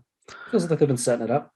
Yeah, but I think we will start to see the Strongs assert themselves more going forward, and I think preparing the way for Harwin. We'll see Laris Clubfoot and a little bit more. We didn't see him this last episode. So. No, we didn't. I agree. I think the Harwin's going to start showing up. I'm really interested to see what they do with Kristen. Right? They're going to have to do something, right? Either he's still on the side and has an understanding with Rainier that they still will continue whatever they have going on, and even with the marriage to Leonor, or they could still do the scene, Matt, where he goes to her and says, "Don't marry this guy. Go with me." I think they will. And then that's what makes him turn, right? And so I think we might get that scene. That would be really cool to see. I think he will. I think that will happen. Yep. Yeah. I had that written down as, and then when she says no, he's like, okay, wait a second. Yeah. Wait a second. This all started with you. And then she quickly moves to Harwin, and I think we'll see Harwin, become, a confidant pretty quickly after that. Again, a pretty softball prediction, I guess. But, right. Yeah, what do you think about Allison and Rainier? Because this is interesting, right? So Allison believes Rainier, supposedly, right? They seem still to be kind of supporting one another, right? Or at least Allison seems supportive of Rainier. She's now going to marry Leonor, which is something that Viserys wanted. It's something that I think Allison would get behind. So she's, Rainier is falling in line or whatever. At some point, there has to be some antagonism. There has to be an event. Yeah. And I don't know what that's going to be because I don't Right. think we've seen anything from Allison where she's going to be like, oh, she's getting married and going to have heirs of her own. Now is the time for me to turn villain mode, right? But there's got to be something that drives a wedge between them. Yeah. And I don't know what that's going to be. Do you think it might come out that it was Rhaenyra that got Otto canned? And would Allison be that upset by it? I don't know if it would be that much. I don't know if she'd be that upset by it. Yeah, that's what I wonder is, would she be that upset? Because it seems like Otto's more like a bee in her ear or bee in her bonnet more than anything. Yeah, I mean, she came to his defense a little bit this episode when she says, my father's not a gossip. Right. It was a minor thing, though. It could be the start of something. Like, you got my dad canned or something. Well, yeah. You married my dad, so you want to talk about dads? Let's talk about dads. Yeah, let's not bring dads into this. But there has to be something. Maybe something with kids. Yeah. Yeah. I don't know. Yeah, something. Maybe, do you think? Nah, Kristen wouldn't tell, would he? Would that do it? If Kristen told Allison, like after he was spurned, if he told her, then she would know that she was lied to. Like, I wonder, would that do? Would that do it? Would that get her angry enough? Yeah. It's got to be something. I think it's got to do, something with trust or with kids. Yeah. Yeah. I don't know. Anyway. It's a good question. Now we're just guessing. Mm-hmm. I don't think this will happen next episode, but one prediction I have is that they are gonna ride this this slow infection that Viserys is getting, and if that's gonna be what kills him. In the book, it's very anticlimactic. He just dies in his sleep, and I feel like they've got to give something more gruesome or more hard hitting. It feels like they're going that way. It's also kind of a metaphor of the realm deteriorating under his rule. Ooh, I like that. Right? I hadn't thought of that. And but this is a period of prosperity, the greatest the realm has ever experienced. But underneath it is the rot. The rot, yep. Right, and also, it's almost like a countdown, right, to this very real powder keg of what we saw on the streets today, in this episode of people, not just common people, don't want Rainier to be heir, and so as that disease gets worse and worse, and you can see it coming. It's like a countdown, right? And the visual nature of us seeing it come and Rhaenyra and Allison both seeing it coming as well helps that whole storyline. Right. Them slowly deteriorating. Yeah. And it would be significant. Fire and Blood talks in a couple of instances about how the throne will reject the unworthy, who it deems unworthy to sit upon it. Yeah. And the rot all started with a cut that Viserys got on his finger from the Iron Throne. Right. So following that. We get that with Rhaenyra too, right? Right. She does not sit comfortably on that throne. Anyway, cool. Yeah. I think Allison will also be pregnant again, I think. Aemond? Yeah, we got to get Aemond in there. Got to get Aemond out there. Yep. Good call. That's all I got. Khalasar, it's been a blast. Scatty, it's been a blast. Shall we sign off? Yeah. Okay. This is Matt signing off, reminding you that Damon sometimes says okay things. And in this time, he says this: you cannot live your life in fear, or you will forsake the best parts of it. Yeah, I'll sign off with an apology for a tweet I sent out that was a little bit more aggressive than it should have been. I wanted to just poke a little bit at the Targaryen fans and have a little fun, and I worded it way too You angrily. stabbed them with a stabbed- Blackwood sword. I went all Blackwood on them. Yeah, I went Will and Blackwood all over them. And you know, sometimes just when you read my tweets, I'm joking. You know, that's all. That's it. Good night, everybody. Like I said, Scad, those who know you best know. Hopefully. Yeah, they do. They do. All right. Good night, everybody. Night, Until next everybody. time. Bye.